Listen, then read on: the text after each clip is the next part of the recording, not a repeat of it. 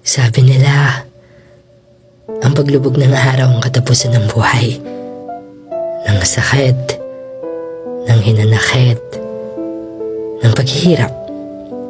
Simbolo daw ito ng dilim o katapusan ng mahabang araw na pakikipaglaban sa sarili.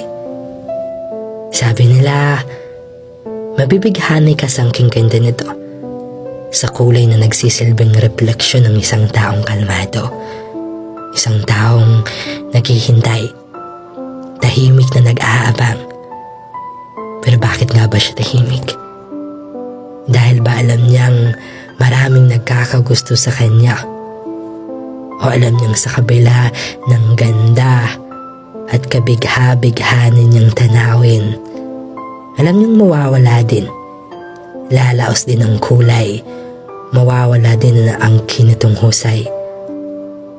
Sasalubungin siya ng dilim, lalamunin siya ng matindi nitong karimlan, mawawasak din ang angkin nitong kagandahan. Ipagpapalit siya sa bagong konsepto, isang konseptong malinaw, ganda nito'y matatanaw. Sisikat siya sa asul nitong kulay, magtatagal at mananatili siya hindi para pasayahin ka, pero para iparanas at ipaintindi sa iyo na hindi lahat ng nagtatapusan dyan para saktan ka. Minsan, nagtatapos ang mga bagay para masabi mong, ay, natapos na. Natapos ng sakit, natapos ng mahabang paghihirap, natapos ang walang katapusang pag-iyak, sa wakas natapos na pala. Sa wakas, wala na.